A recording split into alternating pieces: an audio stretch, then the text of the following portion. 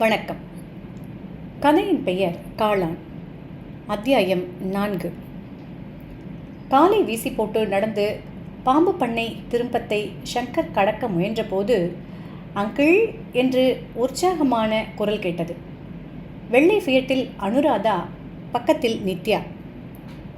சற்றும் எதிர்பார்க்காத விதமாய் அவர்களை அந்த காலை நேரத்தில் சந்தித்தது சந்தோஷத்தை உண்டாக்க, அதை மறைக்காமல் சங்கர், ஹலோ தேர், குட் மார்னிங் என்றான். Good morning. எங்கே இந்த பக்கம் மிஸ்டர் சங்கர்? அதுவும் நடந்து? காலையில் வாக் போகிறப்ப அடையாரில் ஒரு ஃப்ரெண்டை பார்த்தேன். நேரம் போனதே தெரியல. What about you? இங்கே தான் ஸ்னேக் பார்க்கை பார்க்கலாம்னு வந்தோம். இத்தனை நாளாக மெட்ராஸில் தானே இருக்கீங்க? அப்படிமா இன்னும் இதை பார்க்கல? ஓ, நிறைய பார்த்தாச்சு அங்கிள். ஆனால் இன்னைக்கு சனிக்கிழமை விஷம் எடுப்பாங்க, அதை பார்க்கத்தான் வந்தோம். இத்தனை சுருக்கவா? மணி இன்னும் 9 கூட ஆகலை. எப்போ விஷம் எடுப்பாங்கன்னு தெரிஞ்சுக்கிட்டு வரலாம்னா இவ கேட்டாதானே? நேற்றுலேருந்தே ஒரே நச்சரிப்பு. பின்னால் ஒரு கார் வந்து ஹார்ன் செய்ய அனுராதா முதல் கியரை போட்டாள். நீங்கள் இந்த ஸ்னேக் பார்க்கை பார்த்துருக்கீங்களா அங்கிள்? அவசரமாக நித்யா கேட்டதற்கு சங்கர் இல்லை என்று தலையாட்டினான். அப்போ எங்கள் கூட வாங்க அங்கிள், ப்ளீஸ். இல்லைம்மா, எனக்கு வேலை இருக்கு. Please uncle. நித்யா கதவை திறந்துவிட ஏறலாமா வேண்டாமா என்று சங்கர் யோசித்த நிமிஷத்தில் பின் வண்டியின் டிரைவர் பொறுமையை இழந்து தலையை ஜன்னலுக்கு வெளியில் நீட்டி, நடு ரோட்டில் நின்றுட்டு தான் பேசணுமா, ஓரத்துக்கு போக தெரியாதா என்று கத்த, அனுராதா தலையை திருப்பி ப்ளீஸ் வாங்க என்றதும் சங்கர் வண்டியில் ஏறிக்கொண்டான். கார் நிறுத்தும் இடத்தை அடைந்து வண்டியை நிறுத்தி பூட்டினார்கள். டிக்கெட் வாங்கி கொண்டு உள்ளே போனார்கள். காலை நேரமாதலால் கூட்டம் அதிகமில்லை. திருப்பதியிலிருந்து நேராக ஏர்போர்ட்டையும் NT ராமாராவையும் பார்த்து முடித்த பின் இங்கு வந்திருந்தது ஒரு கும்பல். சில இளவட்டங்கள் ஏற்கனவே அடிக்கடி வந்து பழக்கமாகி இருந்ததால், அங்கிள் இங்கே வாங்க, இந்த பாம்பை பாருங்க என்று சங்கரை சுவாதீனத்துடன் நித்யா இழுத்தடித்தாள். பெரிய சிமெண்ட் தொட்டிக்குள் புதர்கள் நடுவில் ஏகமாய் பச்சை ஓலை பாம்புகள், தடிதடியாய் நல்ல பாம்புகள். ஆள் ஒருவன் பயமில்லாமல் இடுக்கியால் அவற்றை அலட்சியமாக தூக்கி வந்திருந்தவர்களுக்கு காட்ட, மை காட், எப்படித்தான் பயமில்லாமல் இப்படி இருக்காங்களோ என்று முணுமுணுத்தபடி அனுராதா வெளியில் வந்தாள். அவளை தொடர்ந்த சங்கர் அந்த முகச்சுணுக்களை பார்த்து சிரித்தான். இதுக்கே இப்படி சொன்னா கல்கத்தா தீபக் மித்ராவை பற்றி கேள்விப்பட்டா என்ன சொல்வீங்களோ? வை, அவர்கிட்ட அப்படி என்ன ஸ்பெஷல்? நான் முதல்ல பார்க்க போகிறேன் மம்மி. நித்யா அவர்களை கடந்து முன்னே ஓடினாள். ஆசியாவிலேயே பெரிய பாம்பு பண்ணையை அவர் நடத்துகிறார். கிட்டத்தட்ட 2000க்கும் மேலே 300க்கும் மேற்பட்ட பாம்பு வகைகள் அவர்கிட்ட இருக்கு. அவரை இது வரைக்கும் 19 தடவை கட்டுவிரியனும் நல்ல பாம்பும் கடிச்சிருக்கான். ஒரே ஒரு முறை சாவி தொட்டுவிட்டு மனுஷன் தப்பிச்சு இருக்கார். செத்தா கட்டுவிரியன் கடிச்சு சாகணும், அது ஒரு தனி சுகம்னு தீபக் சொன்னப்போ அதை நம்புறது எனக்கு கஷ்டமாக தான் இருந்தது. நடந்து கொண்டிருந்த அனுராதா நின்றாள். சே, பொய் என்றாள். ஓ நோ, நிஜம்தான்.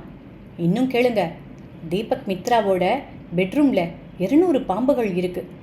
ஒரு ராஜநாகம் கூட இருக்கு. அதை செல்லம்மா புட்டான்னு கூப்பிடுறாரு. ஒவ்வொரு பாம்புக்கும் அவர் பேர் வச்சிருக்கிறதும் அதுகளை செல்ல பிராணி போல வளர்க்கறதும்.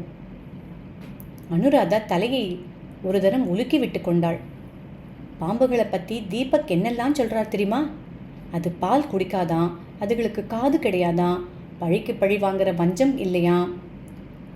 பேசி கொண்டு போனவனே அனுராதா இடைமறித்தாள். அப்போ பாம்பு செவி மாதிரின்னு ஏன் சொல்கிறோம்? பாம்பு துரத்தி துரத்தி வஞ்சம் தீர்க்கும்னு ஏன் சொல்கிறோம்? எல்லாம் கட்டுக்கதைன்னு தீபக் சொல்கிறார். இன்னும் கேளுங்க, வாழும் பாம்பு தலையில் மாணிக்கம் வச்சிருக்கும்னு சில பேர் சொல்லுவாங்கல்ல, இது கூட பொய் தானா. மீன் கண்களை நோண்டி எடுத்து பாம்பு தலையில் வச்சு தச்சு மாணிக்கம்னு ஏமாத்துறவங்க உண்டுன்னு தீபக் சொன்னப்போ நம்பவே முடியல. உன்னிப்பாய் கேட்ட அனுராதா என்னவோ நினைத்து கொண்டவளாய் சிரிக்கத் தொடங்கினாள். என்ன, ஏன் சிரிக்கிறீங்க? ஒன்றும் இல்லை. இல்லை, சொல்லுங்க. பாம்புகளை பற்றி இத்தனை புள்ளி விவரம் தெரிஞ்சு வச்சுருக்கீங்களே, பேசாமல் இப்போ நிறைய பேர் பாம்பு கூட இருக்கேன்னு ஸ்டண்ட்டு பண்ணுற மாதிரி நீங்களும் தைரியமாக செய்யலாமேன்னு நினச்சேன். அதான். ஒரு கண்ணாடி கூண்டில் தன்னையும் பாம்புகளையும் கற்பனை பண்ணி பார்த்தவனுக்கு சிரிப்பு எழ அவனும் வாய் விட்டு சிரிக்க துவங்கிய போது நித்யா ஓடி வந்தாள். என்ன பண்ணுறீங்க 2 பேரும் இங்கே நின்றுக்கிட்டு? அங்கே வாங்க, குட்டி முதல்ல எத்தனை அழகாக இருக்குது, வந்து பாருங்களேன். முதல்ல கிடக்கட்டும், விஷம் எப்போ எடுக்க போகிறாங்கன்னு அட்டெண்டரை கேட்டுட்டியா? கேட்டேன் மம்மி, இன்றைக்கி என்னமோ முக்கியமான வேலை இருக்கான், அதனால் இன்னும் 1 மணி நேரம் ஆகும்னு சொல்கிறார். 1 மணி நேரமா? அத்தனை நாள் இருக்க முடியாது நித்தியம்மா, நாம் போயிட்டு இன்னொரு நாள் வர வேண்டியது தான். என்ன மம்மி? நித்யாவின் முகம் ஏமாற்றத்தால் சிரித்து போயிற்று. இதுதான் எனக்கு பிடிக்காது, இன்னைக்கு போயிட்டு அடுத்த சனிக்கிழமை வந்தா போச்சு. Promise mummy? ப்ராமிஸ். அம்மா சொன்ன பேச்சை காப்பாற்றுவாள் என்ற நம்பிக்கையில் நித்யா உடனே சமாதானமாகிவிட்டாள். மூவருமாய் கேட்டுக்கு வெளியில் வந்தார்கள். கார் கதவை திறக்கும்போது, எப்போதும் நீங்களே தான் டிரைவிங் பண்ணுவீங்களோ? டிரைவர் இல்லை என்றான் சங்கர். இருக்கான், காலையில் வந்து வண்டி தொடச்சி மற்ற வேலைகளை பார்ப்பான். அவசியம் இருந்தால் தான் அவன் ஓட்டுவான். எனக்கு என்னவோ நானே ஓட்டினா தான் பிடிக்கும். கதவை அவள் திறக்க நித்யா பின் சீட்டில் ஏறிக்கொண்டாள். எங்கள் வீடு பக்கத்தில் தான் இருக்குது, வந்து ஒரு கப் காஃபி சாப்பிட்டுட்டு போக டைம் இருக்குமா? இப்படி சங்கர் சடக்கென்று வீட்டுக்கு வா என்று அழைப்பான் என்பதை எதிர்பார்க்காத மாதிரி அனுராதா லேசாக புருவத்தை உயர்த்தினாள். இப்போ வா, எனக்கு வேலை இருக்கே, இன்னொரு நாள் வரலாமா மிஸ்டர் சங்கர்? உங்கள் இஷ்டம் என்பது போல சங்கர் கைகளை விரித்து தோளை குலுக்கினதும் அனுராதா வண்டியில் அமர்ந்தாள். வாங்க, வீட்டில் உங்களை ட்ராப் பண்ணிட்டு போகிறேன். இல்லை வேண்டாம், நான் நடந்து போயிடுவேன், வீடு கிட்ட தான். அனுராதா அவனை வற்புறுத்தவில்லை. சாவியை போட்டு இக்னிஷனை ஆன் செய்தாள். தேங்க்யூ, நீங்கள் கூட வந்தது ரொம்ப கலகலப்பாக இருந்தது. அந்த தீபக் மித்ராவை நான் மறக்கவே மாட்டேன் என்றாள். சங்கர் பதில் பேசாமல் நின்றான். பின் என் வீட்டுக்கு இன்னொரு நாள் வரேன்னு சொன்னீங்க, விலாசம் வாங்கிக்காமல் புறப்பட்டா வர இஷ்டமில்லைன்னு தான் அர்த்தம் பண்ணிக்கணுமா என்று மெதுவாக கேட்டதும் அவள் சாரி என்றபடி இன்ஜினை ஆஃப் செய்தாள். சொல்லுங்க. இங்கேனா ராஜ்பவனுக்கு எதிர்ப்பக்கமாய் ஸ்ரீநகர் காலனி நம்பர். சங்கர் கூறியதை அவள் தன் கைப்பையில் இருந்த டைரியில் குறித்து கொண்டாள். Okay mister Shankar, thanks again. Nithya, uncle கிட்ட சொல்லிக்க. Bye bye uncle. Bye Nithya. Car புறப்பட்டு திருப்பத்தில் நின்று வேகம் எடுத்து ஓடியது. அப்படியே நின்ற சங்கருக்கு தன்னை தன் செய்கையை நினைத்தாலே வேடிக்கையாக இருந்தது. இதுவரை ஒருவரிடமும் அது ஆணோ இல்லை பெண்ணோ வலிய தானாகவே ஈசிக்கொள்ளாத தான் இப்போது நித்யா அனுராதாவின் நட்புக்காக இயங்குகிற மாதிரி மனசுக்கு தோன்ற, என்ன இது என்று தன்னையே கேட்டுக்கொண்டான். அனுராதா என்னுடைய நட்பை விரும்புகிறாளா இல்லையா?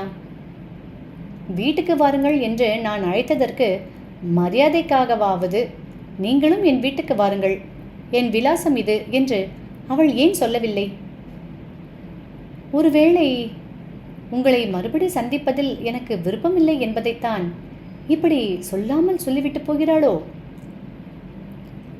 அன்று மட்டுமல்லாமல் தொடர்ந்து வந்த நாட்களிலும் இந்த அனுராதாவையும் நித்யாவையும் பார்க்க வேண்டும், அவர்களோடு பழக வேண்டும் என்று என் மனசு பறக்கிறது.